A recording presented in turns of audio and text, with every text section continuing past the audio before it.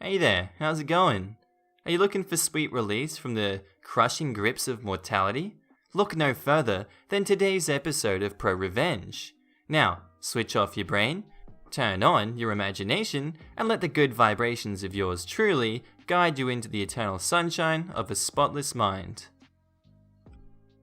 Our first story was posted by user UpCchuckDaBoogie, titled Trashman Digs Through Garbage and Gets a Nice Surprise. My mum lives in a really small town, where people get into other people's business quite often. My brother and his family live next door to my mum, on opposite ends of shared property. Though it is shared land, they do have separate addresses from their homes. They will often share responsibilities and the like. Well, neither household accumulates enough trash each week to justify both of them having trash service. My mum pays for the pickup and they share a trash can. They rarely even fill the one between both households. The trash man noticed a piece of junk mail with my brother's name and address on it one day, and had a fit, saying that they had to pay for their own service. My mum ignored him. They weren't doing anything wrong. Trash man didn't like this. He started going through her trash before dumping it in the truck to make sure there wasn't anything in there with my brother's information on it. My brother's household started burning old junk mail, so no one is the wiser, even if they weren't doing anything wrong. The trash man kept threatening to have their service cancelled. Again, my mum ignored him. He kept digging through the trash and just being a dick in general. I told her she should have reported him, but she didn't. Fast forward a couple of weeks.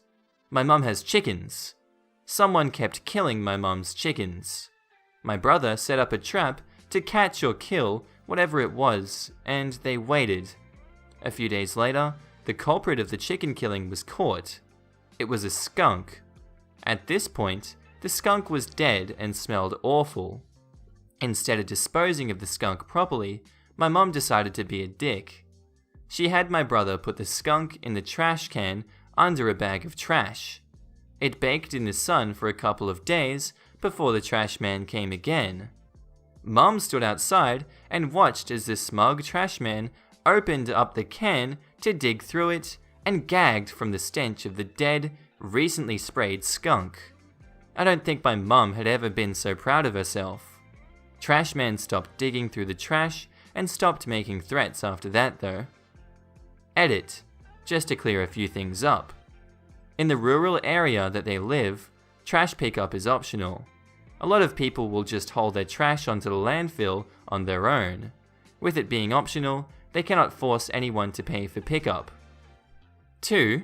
Nothing in their agreement does it say that you cannot have someone else's trash in your bin.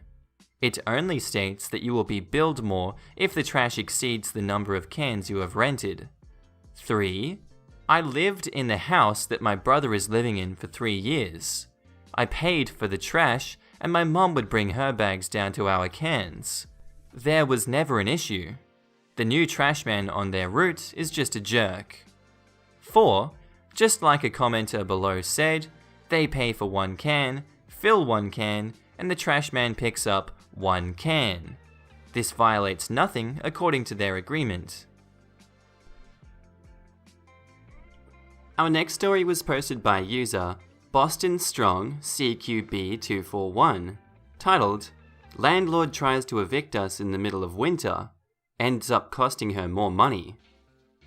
About 5 months after leaving my wife, and my best friend had a falling out with his girlfriend, we ended up moving in together in a 1-bedroom basement apartment near downtown. Here is the cast for the story. My best friend, Joe, the landlord, Carol, because she reminds me of my evil stepmother, the fire marshal, Bill, health inspector, Jenny, our lawyer, Jim, and the building inspector, Charles. We ended up moving in during the spring of 2007. It was a small apartment, and the utilities were included in the rent. We were paying $600 a month. I took the bedroom while Joe slept in the small living room and kitchenette on the couch. There were some problems with a couple of items, but it wasn't anything I couldn't fix. Carol didn't mind me putting down new cement for the basement steps or fixing the awning outside of our door so that it wouldn't leak. Things were looking good until the fall and winter hit. Every time it rained, the water would come down and flood the basement. I had to invest in a shop vac to suck up the water. When it got cold, the heating ducts were virtually useless and we had to run the stove to keep warm. This worked out okay until February, the next year, when Carol got her electric bill. I worked nights and was sleeping when she came down and told Jo that we had to leave because her electric was so high. We tried to explain to her that the heat down here didn't work and we were freezing. She didn't care. Jo wakes me up and tells me this. I was not having it. Jo and I went down to City Hall and went to the Board of Health office. That is where we met Jenny. We explained our situation to her and she set up a time to investigate it with Bill and Charles. About 3 days later, Jenny, Bill, and Charles show up at Carol's door and demand to investigate the basement. Carol is ticked. As they all come into our apartment, they start listing all the violations, such as inadequate heat, unpadded carpet flooring, no second egress, exit, no access to fuse panels or circuit breakers. Carol starts arguing with Jo about this. She didn't want to talk to me because I was white and Jo was black, as she was. But Jo is Blackfoot, she is Haitian. Even still, Jo didn't like her. Why did you call them? I didn't. Who did? I did. You have no right to do this. We don't have a lease. Oh no. Well, what do you call this then? I pull out the agreement we all signed and showed her that electric was included in the rent. Jenny and Charles looked at it as well and said that this does constitute as a tenancy at will agreement. She was ordered by the city to repair and bring the basement up to code as long as we were living there. About 2 weeks later, HVAC contractors showed up to start working on putting a separate heating system in for the basement. Also, a county sheriff showed up about another 4 weeks after with letters of eviction for both Jo and I. In Massachusetts, eviction cases go through civil court, but the tenant's lawyer can have the case moved to housing court. Housing court leans more towards the tenant than the landlord. We speak to our lawyer Jim, who believes we can get our security deposit back, but not much else. Jo is looking to move in with his new girlfriend, and I'm planning on taking her old place, which is only around the block from where we live now. In the meantime, while we're still there at the house, she still has to get it up to code and we don't have to pay her. We show up to the housing court when Jim tells us our hearing is. Carol does show up with her lawyer. We wait quietly on the other side of the hall while Jim goes to speak to Carol and her attorney. Jim gives her the proposal for her to pay our security deposit back and Jim's fees. She refuses the offer and Jim tells her that we will go to trial then. He comes back and tells Jo and I this and says he'll call us when we have to appear. We agree and we all leave. As we're leaving, I see Carol having an argument with the meter maid who is writing her a ticket for not putting money in the meter. Jo and I are laughing so hard as we drive by her. After Jo and I moved out, she settled for the deposit and lawyer's fees. I ended up getting $600 back. But after we left, the inspectors all came back and told her she couldn't rent out the basement anymore. With everything totaled up, she ended up spending over $7,000 in upgrades and another $1,100 in both mine and her attorney fees, plus my $600. She ended up putting the house on the market. No one would buy it. I think to this day it's still up for sale. Any takers?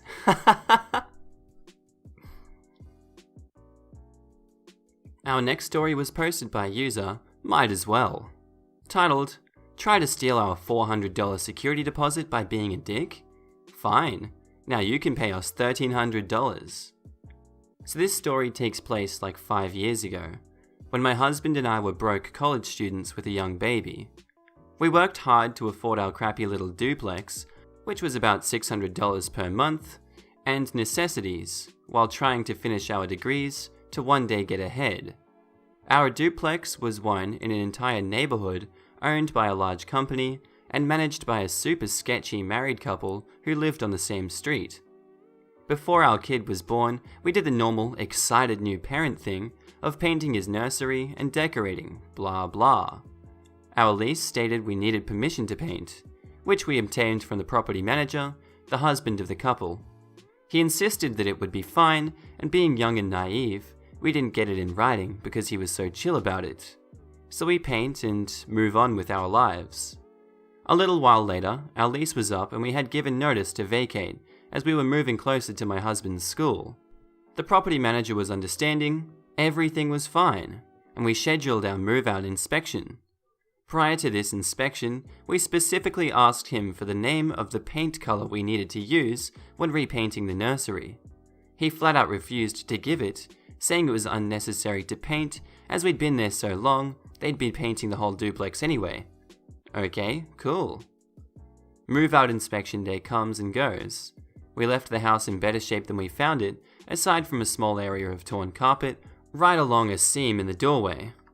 The property manager inspected and said everything looks great, and we should get our whole deposit, $400 back, minus a few bucks for the torn carpet. Sounds good, boss. Enter a period of weeks where we waited and waited for our deposit, eventually leaving message upon messages with false promises or no return calls at all. Eventually, over a month later, this culminated into a phone call with the property manager where he said, and I remember this almost verbatim, "I don't know what you're so worried about anyway. It's only like $200 you're getting back." He cited the painted nursery and the huge mess left behind as deductions. I coldly informed him we'd be going to court then because we didn't feel we owed for those reasons. The place was spotless when we left, aside from the 6-pack of beer we left him in the fridge for being chill. Not 1 hour later, he called back and miraculously our refund check had just shown up in the mail. Already knowing he was trying to frick us, we installed a recording app on my phone, one-party consent state, and then we went to the office. The check indeed was only for $200 of our deposit, and included no list of what they charged us for, which is an important detail. We intentionally goaded him into admitting that he had told us to not paint and that the house looked great on move-out, and went our happy way, revenge plan already unfolding. We didn't cash the check, and instead emailed the CEO of the entire property company, copying in the property manager and detailing the entire process. The CEO sent back a smart-ass email with a cute little typed-up list of deductions, including all of the things we were specifically told we wouldn't be on the hook for. A fun detail was that even by his own math, they owed us $230 of our deposit. No one really had an answer for why they then tried to issue a check for $200, but whatever. Joke was on him, because we began digging through all the state regulations on security deposits and refunds, hoping to prove that our length of stay meant he couldn't charge us for wear and tear, things like carpet cleaning, etc., and in our search, we instead happened upon a statute requiring landlords to return security deposit refunds and itemized list of deductions within 30 days, or lose the right to withhold for actual damages and be subject to treble damages if the landlord is thought to be maliciously withholding the refund. So we typed up a demand letter for our entire security deposit, citing the statute, which he had broken because we didn't receive any refund or itemized list until 6 weekends later. And when he sent his smartass reply, we filed in small claims court for our entire deposit, plus treble damages and court costs. Now, I don't know if it's clear at this point, but I can be really fudgin' petty if I feel someone is trying to frick with me. And it's clear that this guy made a career out of stealing money from low-income renters who likely could never afford to fight it. I was ticked. I spent the next month before our court date compiling all email correspondence, in which he'd fricked himself over numerous times by providing written documentation that he exceeded the time limits, charged incorrect amounts, etc. I also compiled phone records showing dozens upon dozens of unanswered and unreturned calls to the property manager, and detailed accounts I'd made immediately after hanging up of lies from the property manager. I printed out a screenshot from the company's own website detailing the CEO's role as the legal advisor, so I could innocently claim, shouldn't he have known the statutes for these issues? I printed all the relevant statutes and highlighted the important parts, and then I made 3 fudging copies of everything and nicely compiled each in a binder, complete with sleeve protectors and page numbers. One for our own reference, one for the jerk property manager and or the CEO, we weren't sure who would show up, and one for the judge himself. We also took our handy little recording of the property manager admitting to all the crap that he lied about and then pretended to have never said. Needless to say, the judge laughed at how prepared we were, asking if we were law students, and then awarded us treble damages and court fees as well as interest. I will never forget the CEO's face when he looked over and smiled at him. All his jerk emails and disregard for the law were on the table, and rather than giving us the original $350 or so we were promised from our deposit, he ended up paying us over $1,300 a month later. It was glorious. Oh crap, edit! I completely forgot until my husband and I were just laughing hysterically about this. But the CEO also filed his response to our suit with a counterclaim for $1,225 for expenses incurred as a result of the actions of plaintiff. He never really said how he got that number, but in his last email before we sued, he did say, "I hope we can avoid litigation in this matter, but we will engage aggressively if forced to do so. Lol." I wasn't sure if people would love this story as much as I do, so I'm including my husband's final email to the CEO before court. Dang, he has a way with words. If you guys want to read that one, there's a link to it at the bottom of the post here. Just find it in the description, 3rd post, and you can go read it. Our next story was posted by user harrytries, titled, "You will go to jail for the abuse I inflict on my students." This is my first post on this or any subreddit, so apologies if I'm doing anything wrong. This is not my story, but it is actually my stepmother's, so some things may not be in as much detail as it's second-hand information, and it is quite long and complex, so bear with me as I try to remember the details. Let me introduce you to the cast of this story. Names have obviously been changed to keep their identities hidden. Michelle, my stepmom, Karen, evil teacher, Eric, friendly teacher, Barbara, head teacher, and Dad, my dad. To give you a little background, my stepmom works at a school for children with mental disabilities in a semi-rural area of the country we live in. She began working there in August last year and immediately noticed a culture of bullying amongst the staff at this place. The root of all this? Karen. Arguably a woman suffering from some mental disabilities herself. Now, when Michelle first started at this school, she was made to feel like she was intruding upon a community by Karen, who was generally unkind and rude to her from the outset. It was clear that Karen ruled with an iron fist and had all the other teachers in her pocket, and they were afraid to speak out about the abuse she would dish out on a daily basis. Should a person speak out about it, Karen would, and has in the past, spread extremely unpleasant rumors about the person and shut them out of the community they have going. So most of the abusive behavior flew under the radar.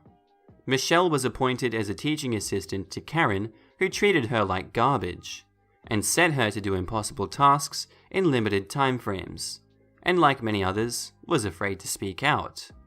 The breaking point came last November. When a child needs to be restrained, it is done by a team of 3 to 4 teachers and teaching assistants, and is done in a professional manner as to not cause any harm to the child or the staff. However, Karen had not done the proper training for this despite being in this job for over a decade, and never did it in the proper way. So the children often go home with bruises and small cuts from where Karen was involved in restraining that day. It just so happened that the parent noticed these bruises on their child and complained to the school. Coincidentally, Karen was having an affair with Eric, another teacher at this school, until things went sour. Karen saw this as a prime opportunity to get Eric out of the picture, permanently. She came forward and accused Eric of inappropriately using the restraining method and doing it so wrong that he would cause harm to the student. This led to Eric being suspended while the parent was pressing child abuse charges. The trial was set for October of this year. When the other staff found out about this, they were devastated, as he would never do such a thing, and were angry that she had managed to frame Eric for the abuse that she caused. Now, time for revenge.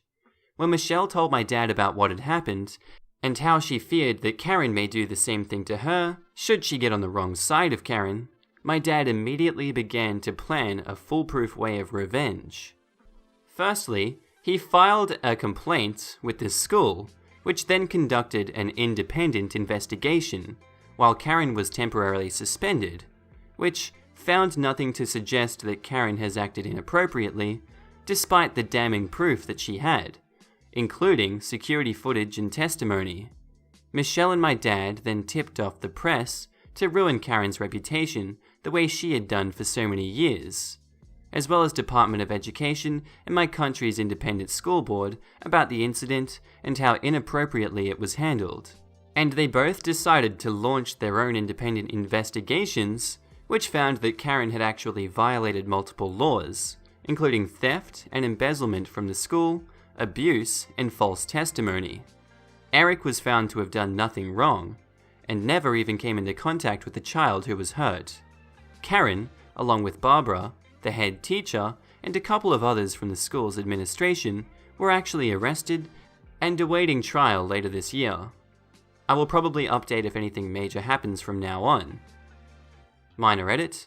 Looks like Michelle and my dad are filing a suit for emotional stress, and the lawyer seems to think that we have a good chance of winning. There's a lot of details that I didn't go into about this for obvious reasons, but it was bad and took a toll on the family. But needless to say, I shouldn't get my hopes up yet. And our last story was posted by user Spartan1008, titled, Boss Mistreats New Guys, so New Guys Get Boss Demoted and then Fired. So back in my 20s, I worked for a large national sewer and drain company called Roto-Rooter, a great job and great place to work where I was lucky enough to be trained by some of the most skilled technicians in the industry. There was, however, one supervisor, let's call him Billy. Now, Billy was your typical kiss-up, who spent most of his time trying to please anyone who thought held any influence, the senior techs, or power, the branch and regional manager, and loved to lord his power. He made the shift schedules and scheduled time off over anyone who he thought he could push around. A typical interaction with one of the big earners, this is a commission job, would be something like, "Hey, you need a day off? Sure, just let me know when and I'll be happy to help you." While if he was dealing with a new hire or a low earner, you were lucky if he would pick up the phone or take a second to hear you out. So one night, around my 3rd month on the job, I was sent to a mortuary to do some work, and while it was gross, hazard jobs like that paid really well. Maybe $200 in your pocket for an hour's work when it was done. I called and told him that I was taking the rest of the night off due to some chemicals in the sewer making me feel a little woozy, and I didn't think it would be safe for me to operate heavy machinery. He flipped out and told me that if I didn't get back on the road, I would have a disciplinary hearing the next day, to which I said, "Sure, can't wait to see you there." As soon as I walked in, I requested someone from HR to be present, as well as our assigned safety officer. The safety officer position in the company is very important, as the company self-insures and any safety violation can get you fired on the spot. I let Billy go first and he says, "You can't leave whenever you want from your shift. You are getting a warning, and next time I'm going to fire you." I calmly reach into my bag and pull out our employee handbook and begin to read. While I don't remember the exact phrasing, it goes something like this. If you feel at any time that the situation or job you are in or on is dangerous, or may lead to a dangerous situation, you are to stop immediately. There was another section about being inebriated, exposed to methane gas from the sewer, being lightheaded, etc., and how you should go home and not operate any equipment under those conditions. It even went so far as to say that transportation would be paid for by the company if you didn't feel safe driving. They were very big on safety, since any insurance claims would be paid by them directly. I asked the safety manager if I did anything wrong, and he supported me 100%. Then I asked HR what they thought, and they said, if it's a safety issue, you go home and don't worry about your shift.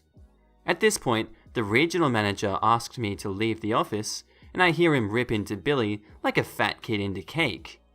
That should have been enough for me, but I'm petty, I never forgive, and I'm very patient.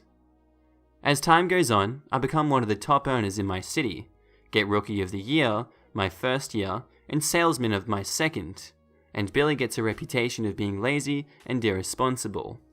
My second year at the company, Billy is put on probation, and this is where I go into pro-revenge mode.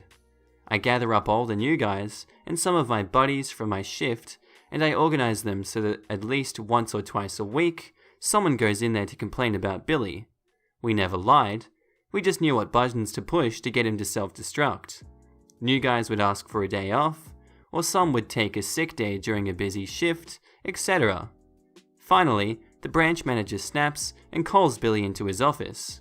He demotes him to salesman and puts him on my shift. At a company like this, the shifts become very close. We all talk in our trucks through our radios while waiting on our jobs, and we all help each other when needed. During Billy's first few weeks on the road, our supervisor makes sure he gets all the fun jobs, flooded basements, tight spaces, and generally anything that will get him absolutely covered in poop. And of course, as this is all happening, I had every single person I was friends with at the company call him and ask him for scheduling changes, so he had to explain to about 30 people how he was demoted and no longer a manager. Eventually, Billy broke. He started crying to the dispatcher about how he couldn't take it anymore and quit. The next day, me and 2 other guys threw a Billy's Gone party with cake and pizza at a neighborhood bar, put up signs in the office, and made a general announcement in the morning when we went to hand in paperwork, when we knew Billy would be there to give his 2 weeks notice. He actually came up to us to thank us, and I got the pleasure in informing him that he's not invited. It's not a going away party, it's a you're gone party.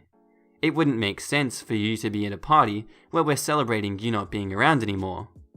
In the end, only about 20 of the 50 employees at the branch showed up, but it was still a great party. Thanks for the gold, guys. So people wanted to know more about what Billy did to be despised. I did not want to give anyone else's stories without permission, so I made a few calls and here goes. So I said me and 2 guys threw the party. Guy 1 had his 12-year-old die of cancer about a year before Billy left. Billy tried to have him fired twice for excessive absences. Guy 2 landed a $64,000 contract with a large well-known hotel chain, and Billy had the contract assigned to another tech, saying he was not experienced enough for it against his supervisor's advice. Billy had a new guy written up for having a messy van. Most of our vans were disasters, so he was just being a jerk. He would grant some people's vacation requests with the caveat that he may need them if it gets too busy, so they couldn't travel. If you were a low earner, he would essentially cancel your vacation and put you on call against company policies. Then there's a million more, but I feel like the more I say, the easier it is to find out personal information. Alright guys, I hope you enjoyed that episode. Tell me what you think about it in the comments. I'm really liking these long ones. Some of you guys were saying you liked the American accent. I can go back to doing some stories like that if you'd like. It'd be really good to practice that.